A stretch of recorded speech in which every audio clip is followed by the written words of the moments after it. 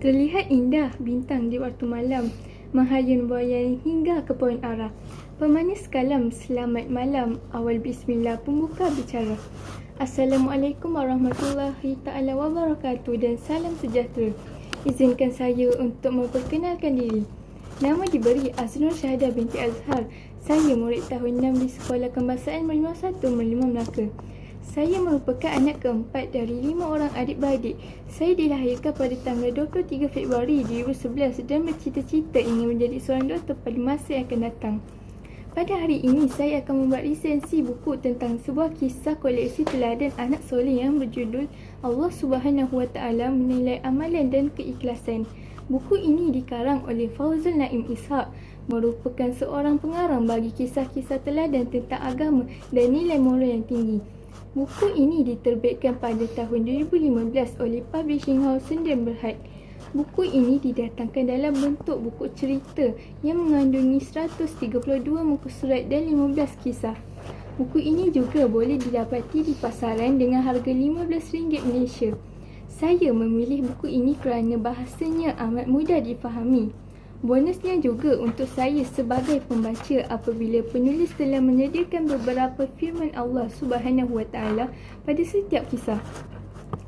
Teknik penceritaan oleh penulis amat baik dan sangat menarik. Baiklah, saya akan menjelaskan sedikit sinopsis tentang kisah yang telah saya pilih di dalam buku ini. Buku ini mengisahkan tentang seorang remaja yang bernama Malik bin Dinar. Beliau adalah salah seorang daripada murid Hasan Al-Basri.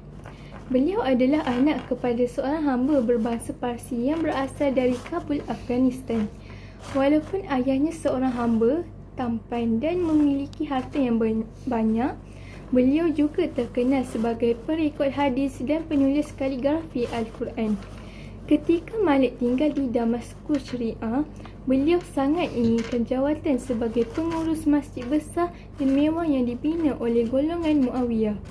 Malik terus beribadah dan tidak pernah meninggalkan masjid walaupun hampir setahun, tetapi Malik masih tidak dapat sebarang jawatan daripada pihak masjid itu.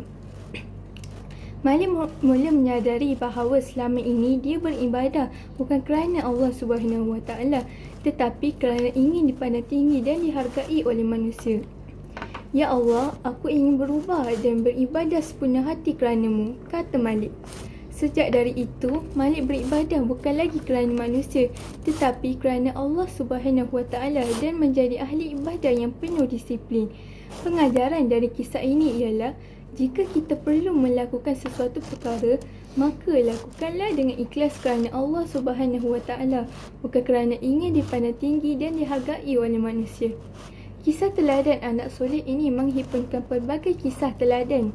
Buku ini padat dengan ilustrasi yang menarik, berwarna-warni dan sesuai untuk semua peringkat umur. Marilah membaca. Membaca juga dapat meningkatkan ilmu pengetahuan. Membaca jambatan ilmu. Buku dibaca si anak dara, sambil pula memasang pelita. Anda silap tutur bicara, jari disusun maaf dipinta. Wabillahi taufiq wal hidayah. Wassalamualaikum warahmatullahi ta'ala wabarakatuh. Sekian sahaja daripada saya. Terima kasih.